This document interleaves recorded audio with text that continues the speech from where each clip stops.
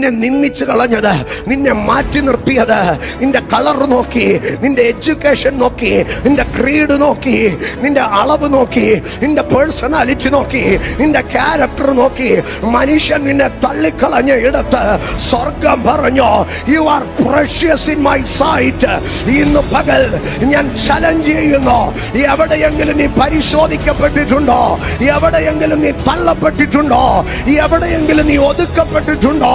അങ്ങനെയെങ്കിൽ ഇന്ന് പകൽ നിനക്ക് പ്രശംസിക്കാം. I am precious in the sight of God. നിങ്ങൾ 1000 മനുഷ്യരുടെ കരുണ കൊണ്ടായിരിക്കും ഇവിടെ വരെ എത്തിയത്. പക്ഷേ എൻ്റെ ജീവിതത്തിലേറ്റ ഓരോ വെട്ടുകളും മുറിവുകളോ ഓരോ തിരസ്കരണങ്ങളുമാണ് എൻ്റെ അഭിഷേകത്തിൻ്റെ, എൻ്റെ ശുശ്രൂഷയുടെ ശക്തി. ഒരച്ചായന് ഓസാരം തന്ന 5 മിനിറ്റിനകത്തല്ല ഇന്ന് ഈ അഭിഷക്തൻ ഇതിനകത്ത് നിൽക്കുന്നത്.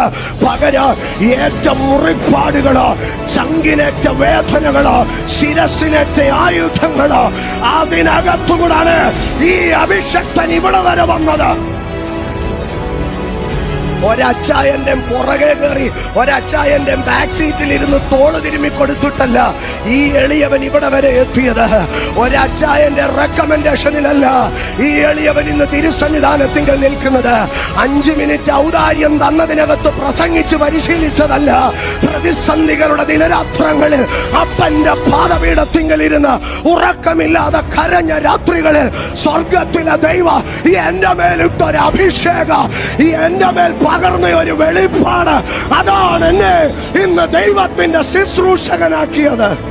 പ്രതിസന്ധി ഇല്ലാത്തവന് ദൈവത്തിന്റെ സന്നിധിയിൽ, പരീക്ഷിക്കപ്പെട്ടിട്ടില്ലാത്തവന് ദൈവത്തിന്റെ സന്നിധിയിൽ 50 പൈസയുടെ വിലയില്ലെന്ന് ഞാൻ പറയും.